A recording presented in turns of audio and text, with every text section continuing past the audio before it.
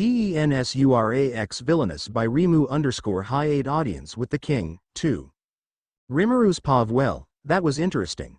I didn't even notice what happened. Honestly, I'm still a bit confused. Master, there is nothing to be confused about. Your skin is absolutely unscratchable. Is that so? Good work, Seal. It's my duty as your first wife. Sure. Anyway, let's focus on this audience. The king turned his attention to Yumi-chan, his gaze curious. I've heard from your magic instructor that you possess dark magic, Miss Yumilia. If you don't mind, could you show us? Yumi-chan nodded confidently, a small smile playing on her lips. Gladly, your majesty. She raised her hand gracefully, her voice steady and commanding, shadow lengths. In an instant, the floor around her darkened, as though the very light was being swallowed up. Red and black hues swirled together, and sharp spikes erupted from the ground, pulsating with an ominous aura. The sheer intensity of the magic sent chills down the spine of everyone in the room. The noble's reactions were immediate and visceral. Dark magic. That's definitely dark magic. Look at the aura, it's overwhelming. She has black hair, unmatched strength, and now she's wielding that. Is she truly human? She's more than human, she's like a demon queen come to life. This young lady, she's terrifying and awe-inspiring all at once. No wonder the king personally apologized to her earlier. She isn't someone to be trifled with. She has every right to be called the demon queen with power like that. Some nobles visibly shrank back in fear, while others gazed at her in admiration and newfound respect. The king's expression shifted from surprise to delight as he clapped his hands. Oh, it's dark magic indeed. Impressive. Truly impressive, Miss Yumilia. Your control and power are extraordinary. The queen giggled softly, her eyes alight with amusement. Yes, extraordinary indeed. I've never seen dark magic wielded so elegantly. I smiled, stepping forward slightly. Yumi-chan's dark magic is pure and beautiful, I said, my voice clear and unwavering. It's more refined than light magic and any other elemental magic I've ever seen. The king raised his eyebrows, his gaze shifting to me with renewed respect. To call dark magic pure and beautiful, that's an unexpected perspective, Sir Rimuru. But seeing it wielded by Miss Yumilia, I must admit I agree with you. The queen's smile deepened as her gaze flicked toward me. Sir Rimuru, you always know how to surprise us with your words. To think you'd hold such admiration for dark magic, and for its wielder. Her tone held a teasing edge, and I could tell she was thoroughly enjoying herself. Third-person pav. As she spoke, both the king and queen seemed to notice Serafina's expression. She was staring at Rimuru, her brows slightly furrowed and her lips pressed into a thin line. Her usual calm demeanor was tinged with something else, jealousy. The queen leaned toward the king, whispering just loud enough for King to hear. It seems that Maid Serafina is not pleased. Perhaps Sir Rimuru's heart is torn between Miss Yumilia and his dear maid Serafina? The king chuckled softly, his eyes glinting with amusement. Indeed, it would appear so. What a fortunate man he must be to hold the affection of two remarkable young women. The nobles, meanwhile, were in complete uproar. He called dark magic beautiful? Who even thinks like that? It's not just the magic. Did you see how he praised her? He must care for her deeply. First, his unshakable strength, and now this. Rimuru Tempest is more than just powerful, he's captivating. And did you see Maid's face? She was clearly jealous? Does Rimuru Tempest have feelings for both of them? That would explain so much. He's like a protagonist from a romance story, surrounded by powerful women and admired by all, one lady said. I don't blame them.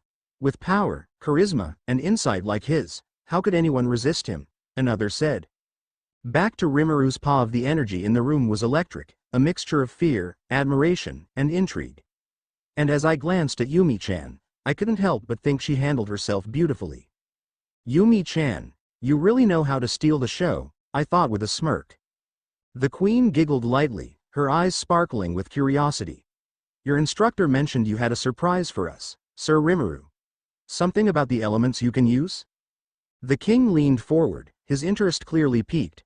Yes, though she didn't share the specifics. Perhaps it's light magic? Would you mind showing us?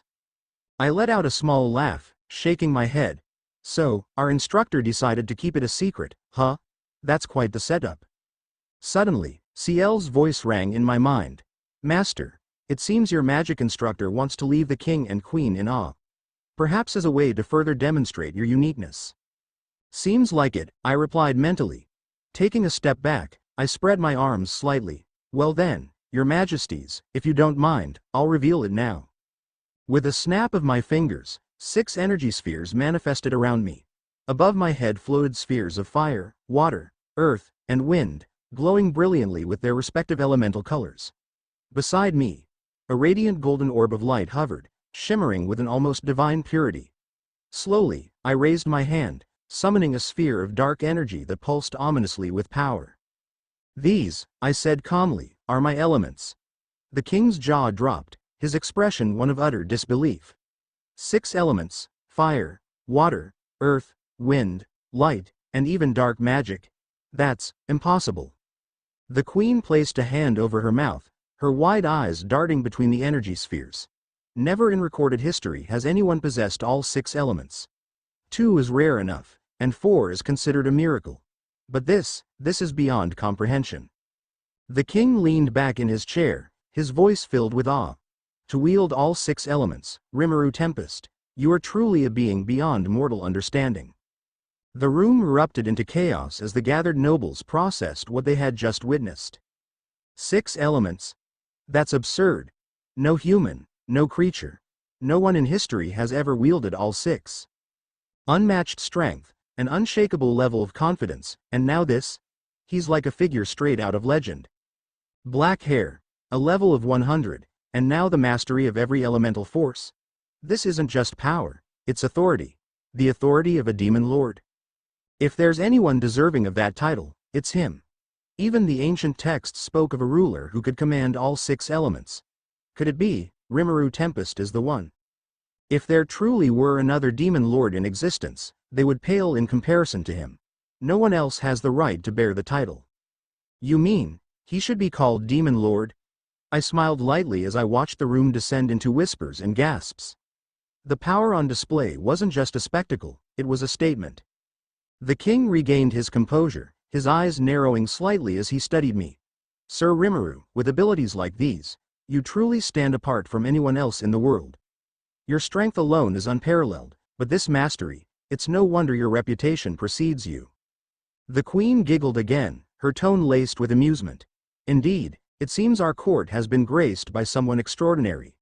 You're not just powerful, Sir Rimuru. You're an enigma. Even the king acknowledges his unparalleled strength. And the queen, did you hear her? She's as impressed as the rest of us. This changes everything. Rimuru Tempest isn't just a noble, he's a force of nature. His presence alone could rewrite history. If there's anyone worthy of being called a demon lord, it's him. Frankly, if another demon lord exists, they should relinquish the title.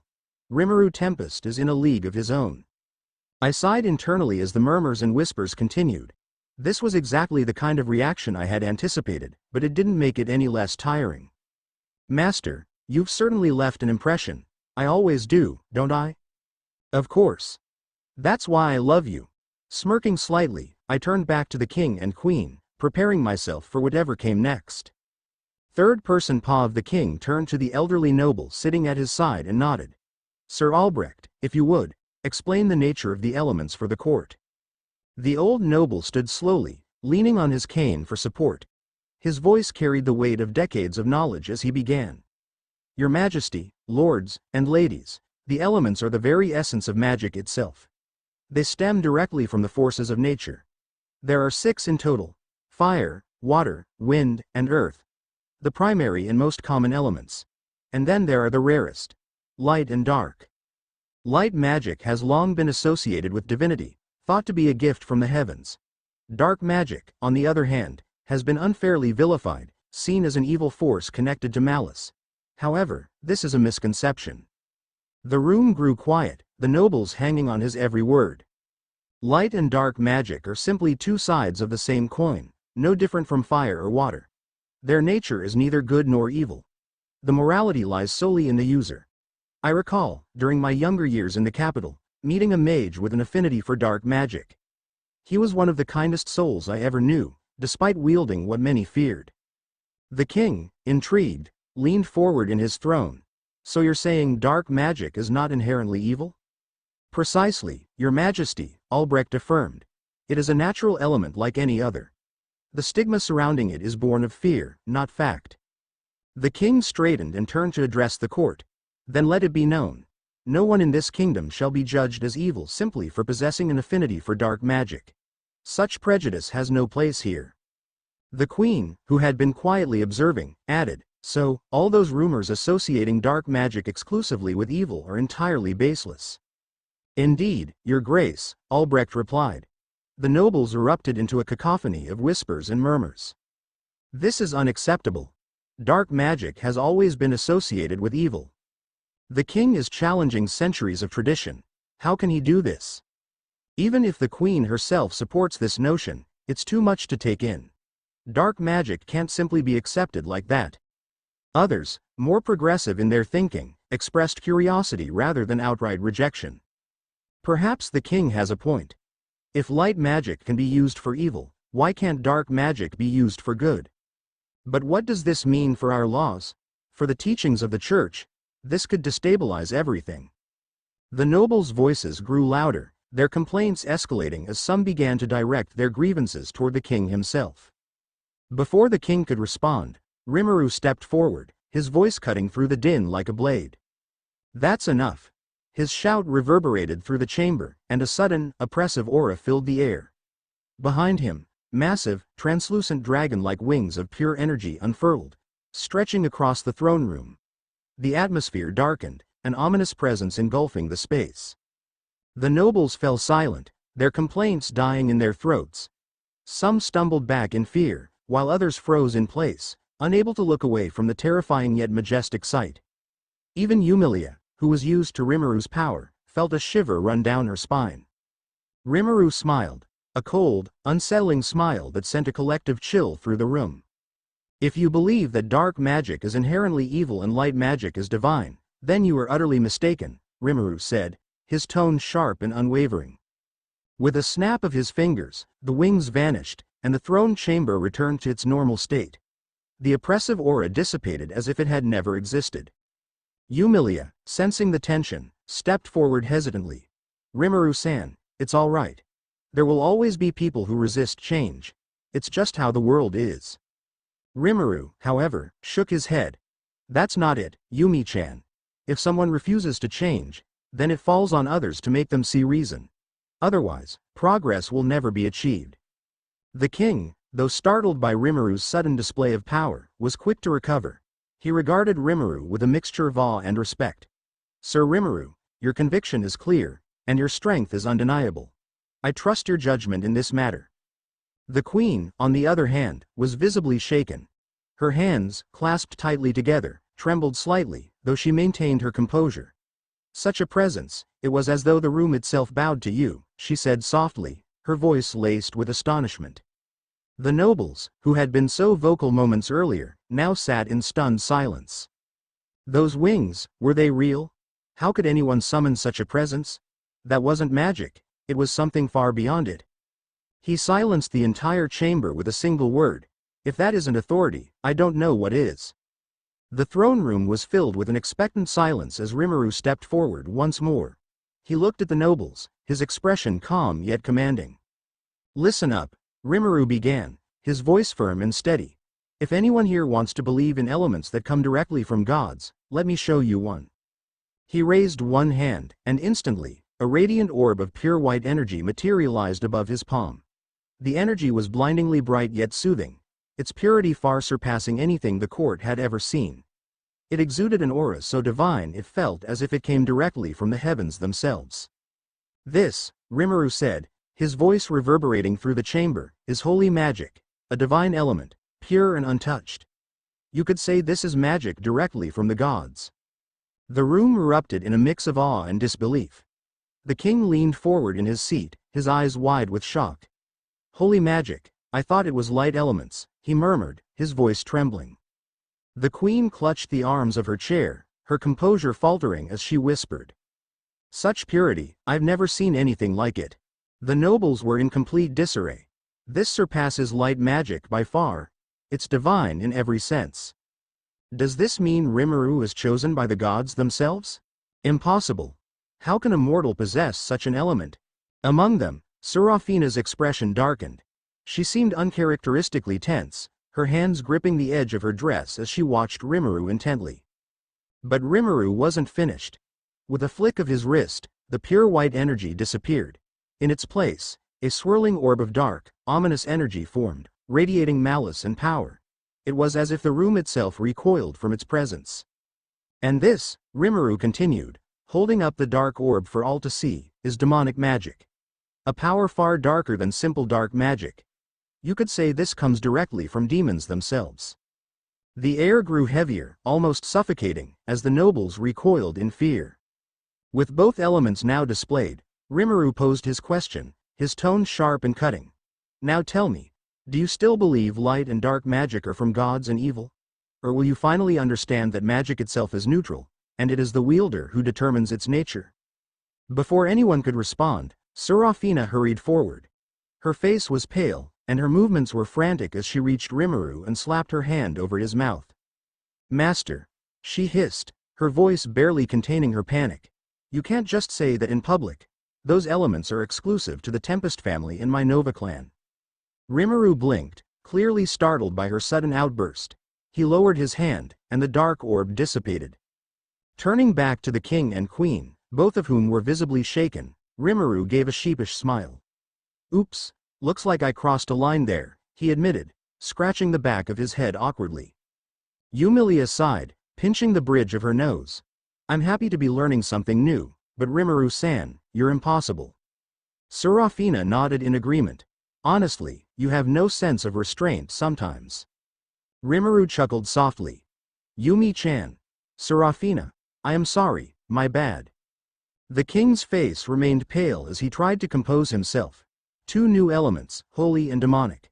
Both of them beyond anything recorded in our history. And to hear they belong solely to the Tempest family and Nova clan, he trailed off, clearly overwhelmed. Rimuru Tempest, you've shattered everything we thought we knew about magic.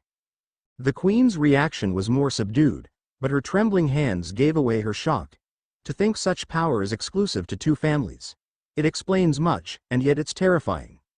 If this is the magic your bloodline wields, Rimuru, then the stories of demon lords pale in comparison to you. The nobles erupted into whispers, their voices a cacophony of fear and disbelief. Holy and demonic magic?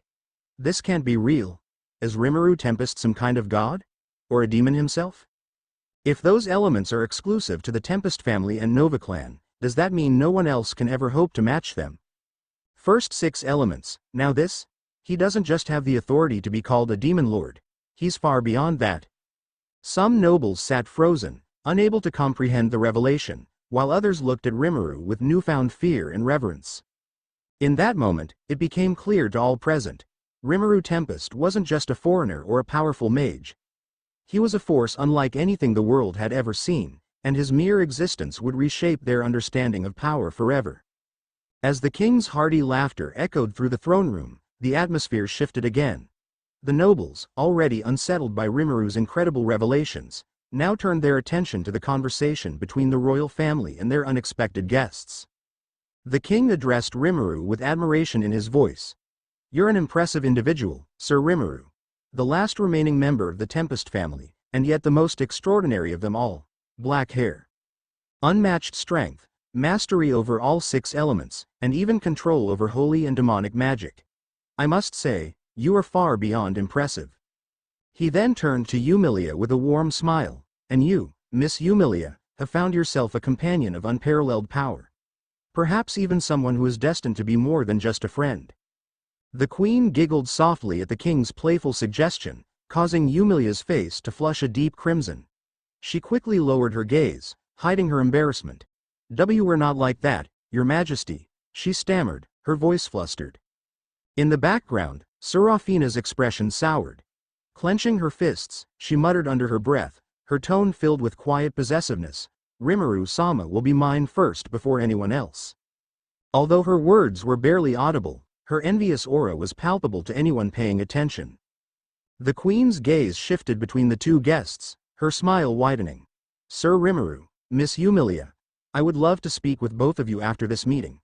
Would that be acceptable? Yumilia quickly nodded, eager to show her respect. I would gladly accept that, Your Majesty, she said with a polite bow.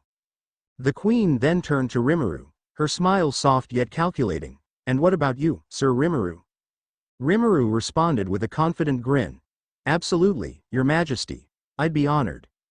The room erupted into a flurry of whispers as the nobles began speculating about the queen's intentions.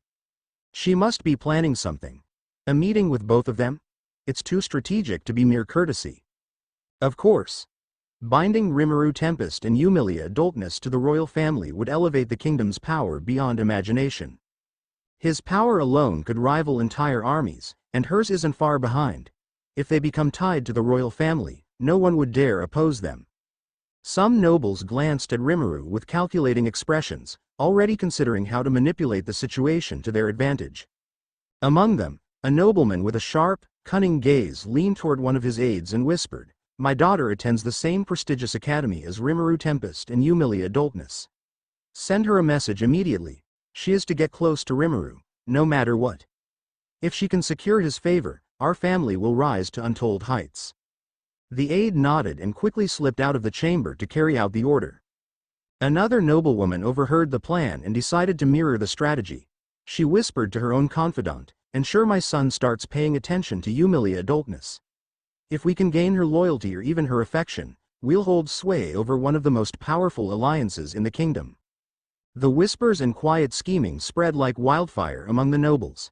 Some plotted to align their families with Rimuru and Yumilia, while others considered ways to undermine the royal family's growing influence. The king and queen exchanged subtle glances, fully aware of the murmurs around them. The queen's smile deepened, a mixture of satisfaction and intrigue. Meanwhile, Rimuru stood at ease, completely unbothered by the nobles' reactions. In his mind, he heard Ciel's voice once more. Master, you've created quite the storm. I didn't even do anything, they're the ones scheming like it's a festival, Rimuru replied internally. That's precisely why it's amusing, Master. Good job. Wait, are you actually complimenting me? Yes, Master is the best. Ciel's telepathic tone was dry but affectionate, and Rimuru couldn't help but chuckle softly, confusing those watching him. The king raised his hand, silencing the whispers and murmurs that filled the grand throne room. The nobles, already on edge from Rimuru's earlier display, immediately quieted. The king's deep, authoritative voice echoed through the hall. Sir Rimuru Tempest and Miss Yumilia Adultness, as a token of my gratitude and admiration for your remarkable strength and abilities, I grant you the opportunity to ask for anything you desire. It matters not what it may be. Be it the kingdom's treasures, your own domain, noble titles, or even a place in the royal family itself. Speak your wishes, and I shall consider them. The declaration sent waves of shock through the gathered nobles. They exchanged uneasy glances, whispering in hushed voices. The king is offering them anything? This is unprecedented? Could he be planning to tie them to the royal family to secure their power? If Rimuru Tempest and Yumilia Adultness accept noble titles or domains, their influence will overshadow ours even more it's already are. The tension in the room was palpable, with envy and fear spreading among the aristocracy. Yumilia stepped forward, her voice calm and steady as she bowed gracefully. Your Majesty, I do not desire wealth, titles, or power. I only wish to live in peace and enjoy my life as I see fit. The queen smiled warmly, her voice soft yet calculated. Such a simple and pure wish, Miss Yumilia. You are indeed a remarkable young woman. Yumilia blushed slightly and replied politely, Thank you, my lady. The queen's words caused another ripple among the nobles. Is the queen trying to win Yumilia over? One noble murmured. Of course she is. Securing Yumilia's loyalty would solidify the royal family's power even further. The suspicion and unease grew as they observed the queen's subtle maneuvering. The king turned to Rimuru, his eyes filled with curiosity. And you, Sir Rimuru? What is it that you desire? Rimuru paused thoughtfully, his expression unreadable. Within his mind, Ciel's voice chimed in. Master, what are you planning to ask for? I'm thinking of securing my Demon Lord title, how about that? If that is your wish, I have no objections. Rimuru smirked slightly. Thanks, Seal. Love you. Before Seal could respond with something cheeky, Rimuru quickly cut off the telepathic connection. Turning to the king, Rimuru spoke confidently. Actually, I have 2 requests. The queen giggled, her playful tone adding to the intrigue. Oh, and what might those requests be, Sir Rimuru? Rimuru smiled, his voice steady and sure. First, I wish to bear the title of Demon Lord, if that is possible. Gasps filled the room, and the tension escalated as every noble's gaze locked on Rimuru. The king's brows lifted in surprise, but his expression quickly turned thoughtful. A bold request, he said, his voice laced with curiosity. Why would you desire the title of Demon Lord, Sir Rimuru? It is a title most seek to avoid. Rimuru's smile deepened, his eyes gleaming with determination. Because I desire to be the Demon Lord of this world. I will protect it in my way, and for that, I need the authority such a title brings. The nobles were stunned. Who wants to be a Demon Lord? One noble hissed. This man is insane. But with his power, he could easily claim the title and enforce it. The title alone will give him dominion over anyone who fears it. The balance of power will shift dramatically. The atmosphere grew thick with fear and resentment, though no one dared speak out loud. The king chuckled heartily. Very well, Sir Rimuru. Your wish to bear the title of Demon Lord is granted. The nobles erupted in murmurs again, but the king raised his hand, silencing them once more. The queen leaned forward, her voice teasing. And what of your second request, Sir Rimuru? What could be as bold as your first? Rimuru's grin turned sly. I want the authority to claim anyone I desire for myself. Gasps filled the room once again. The queen's laughter was light and teasing. What a daring request. With such authority, you could claim anyone you desire, even Miss Yumilia, or perhaps even myself. Yumilia's face turned bright red, and she quickly covered her face with her hands, overwhelmed by embarrassment. The queen continued, her tone playful. But tell me, Sir Rimuru, what is the reason behind such a wish? Rimuru glanced at the queen and then at the king. There is a woman with blue hair I wish to claim for myself. Serafina froze in shock, her eyes wide as she stared at Rimuru. The queen smirked, clearly entertained. Such boldness. I approve. This will make things far more interesting. She turned to the king. What do you think, my king? Shall we grant him his second wish? The king nodded, a grin spreading across his face. Indeed. Sir Rimuru, your second wish is also granted.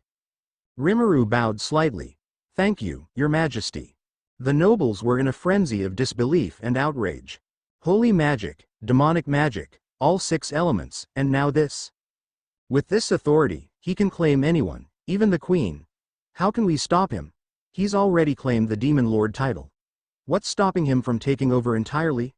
Some nobles began whispering orders to their aides, plotting ways to protect their interests or secure alliances with Rimuru. The atmosphere was electric with tension, admiration, and fear as the future of the kingdom, and the world, shifted irrevocably in Rimuru's favor.